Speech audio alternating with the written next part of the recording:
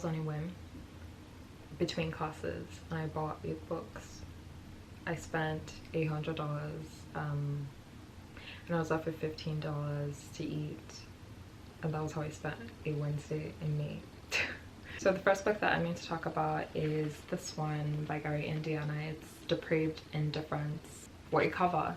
It's such a stunning cover. I actually kind of want to know who did the cover art.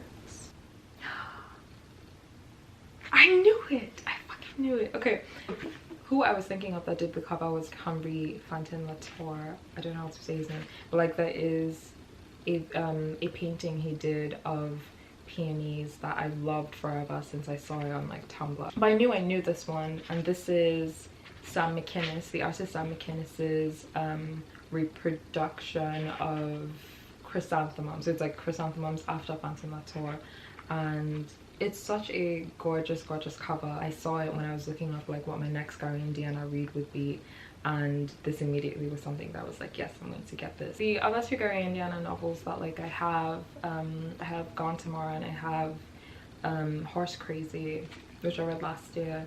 They both are from 7 Stories Press, so like the cover design and book design and everything is different, and those ones like they look fine. They actually look really good. Like they have some great like art on it, which I like as well, because Gary Indiana is an art critic. I haven't delved much into his like art criticism work, but like he's also very much in that world, and it's very present in his novels. So those are also like really good, but I think this is my favorite, and this one is from Semiotext, a very much like a very like leftist leaning political press. So this novel is in his trilogy. So apparently he has like a crime trilogy, and this is the, oh shit, okay, I thought this was the second one, but this is actually the final installment in his crime trilogy.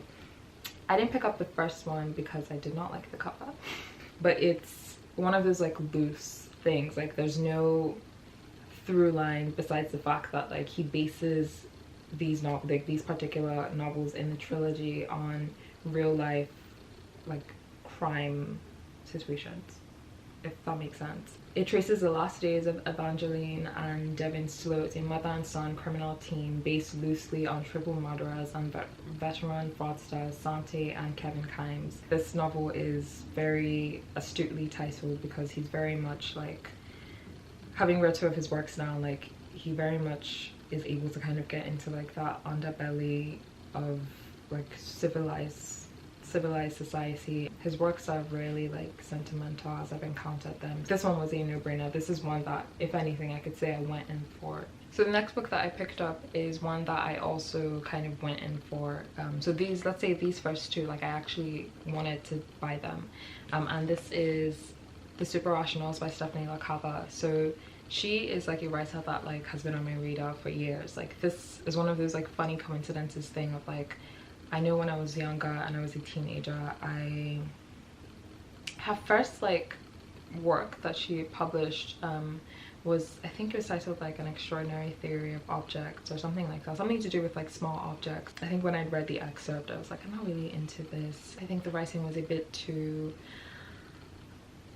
navel-gazing for me. But then I also kind of knew her as a friend of one of my favorite writers, Sarah Nicole Prickett, who I will probably mention like a bunch of times forever.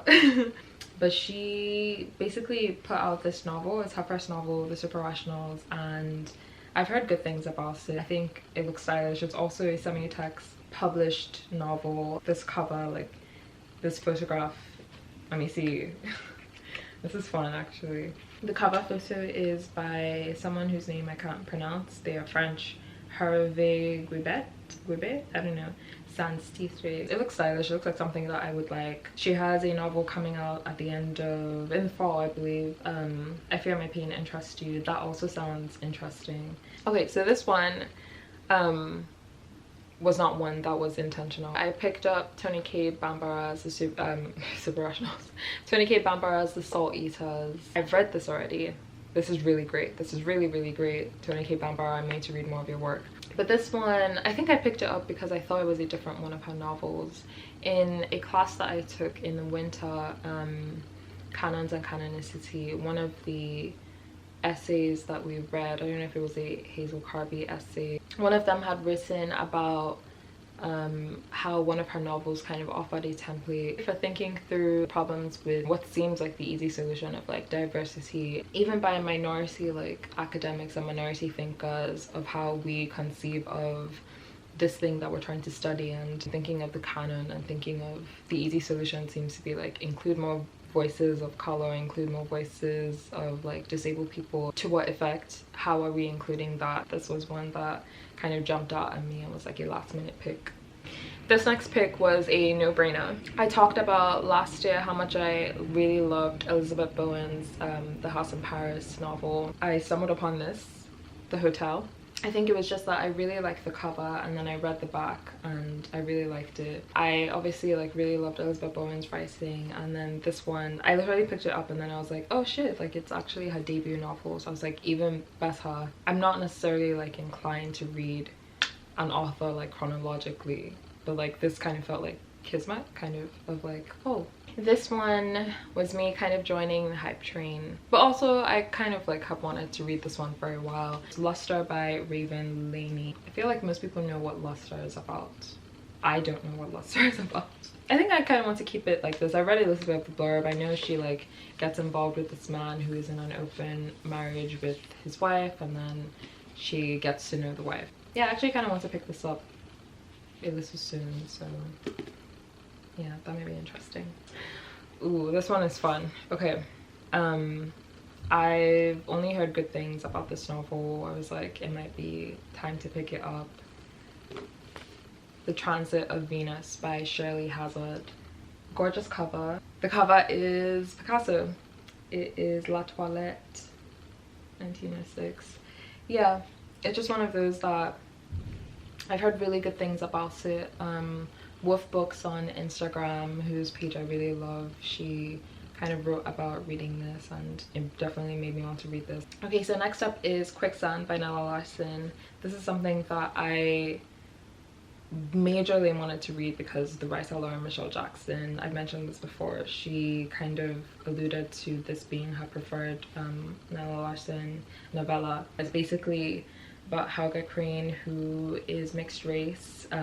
The cover painting for this is Mulattoes with Figurine and Dutch Seascape, so it kind of like goes in with themes that Nella Larson has regarding like race. Finally, I think I debated on this one because I was like, I don't know, I've picked this, like I've read some of this, and I never finished it. It's in 2014 or 15, but it's The Days of Abandonment by Elena Ferrante. A woman who is abandoned by her husband, and then she kind of like starts spiraling, and we witness that. So those were the 8 books that I was tempted to buy and bought, and spent $100 and only had $15 for like food and my journey, my commute back home.